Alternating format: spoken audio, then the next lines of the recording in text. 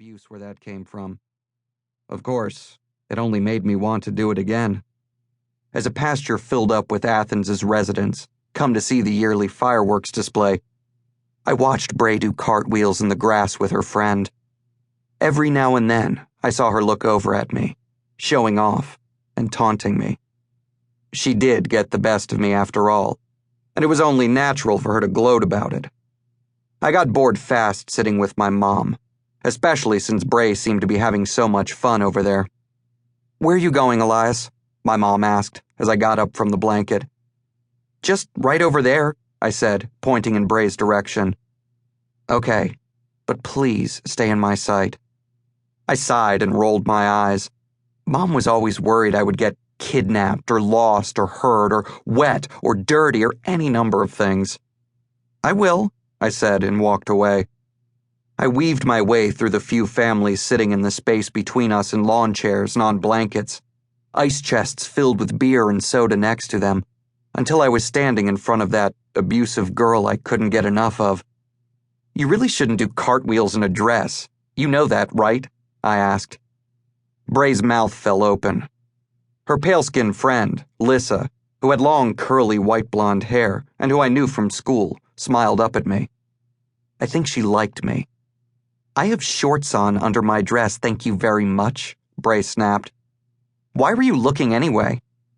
"I wasn't looking, Bray and Lissa burst into laughter. My face flushed hot. Bray had only just moved here from Atlanta a week ago, and it hadn't taken long for her to fit in. Or rather, to pretty much own the place as far as the kids went. She was the kind of girl so damn mean and intimidating and pretty that the other girls knew they had better befriend her or else end up her enemy. She wasn't a bully.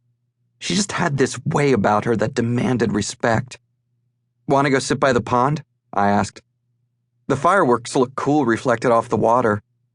Bray shrugged. "I guess so." Then she got to her feet. Lissa was already standing up, ready to go before Bray had even made up her mind. Lissa was a nice girl, but clingy at times. And I admit I was the one who started a rumor about her being albino because of her white hair and sheet white skin. I felt bad afterward. I hadn't expected the whole school to call her that every single day.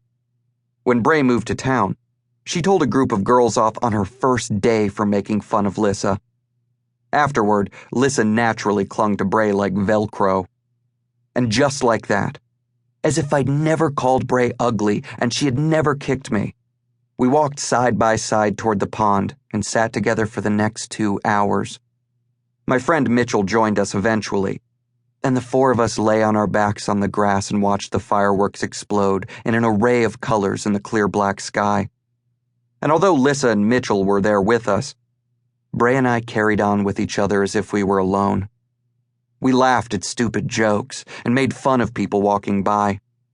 It was the best night of my life, and it was only just beginning. Shortly after the fireworks ended and the darkness settled across the pasture again, most of the town had already packed up and gone home. My mom found me with Bray, Lissa, and Mitchell. "Time to go," she said, standing over me. Bray was lying next to me, her head pressed against the side of my shoulder. I hadn't really noticed it much, but my mom sure did. I saw a look in her eye, upside down since she was standing behind us, which made that look all the more scary. That I'd never seen before. I raised myself up from the grass and turned around to face her. "Can I stay and hang out a while longer?" "No, Elias, I have to work in the morning. It's already late." She gestured with her free hand for me to get up and follow. Reluctantly, I did as I was told. "Oh, come on, please, Miss Kline," Mitchell said on the other side of me, looking goofy with a front tooth missing and a light brown mullet lying against the back of his t-shirt. "I'll walk home with him." Mitchell was a year older than me, but I did not need him to walk me home. This made me mad, probably because it embarrassed me in front of Bray. I glared at Mitchell, and he looked back at me with apologetic eyes. "I'll see you guys later," I said. I took the ice chest from my mom to relieve her of some of the load she was carrying, and I followed her through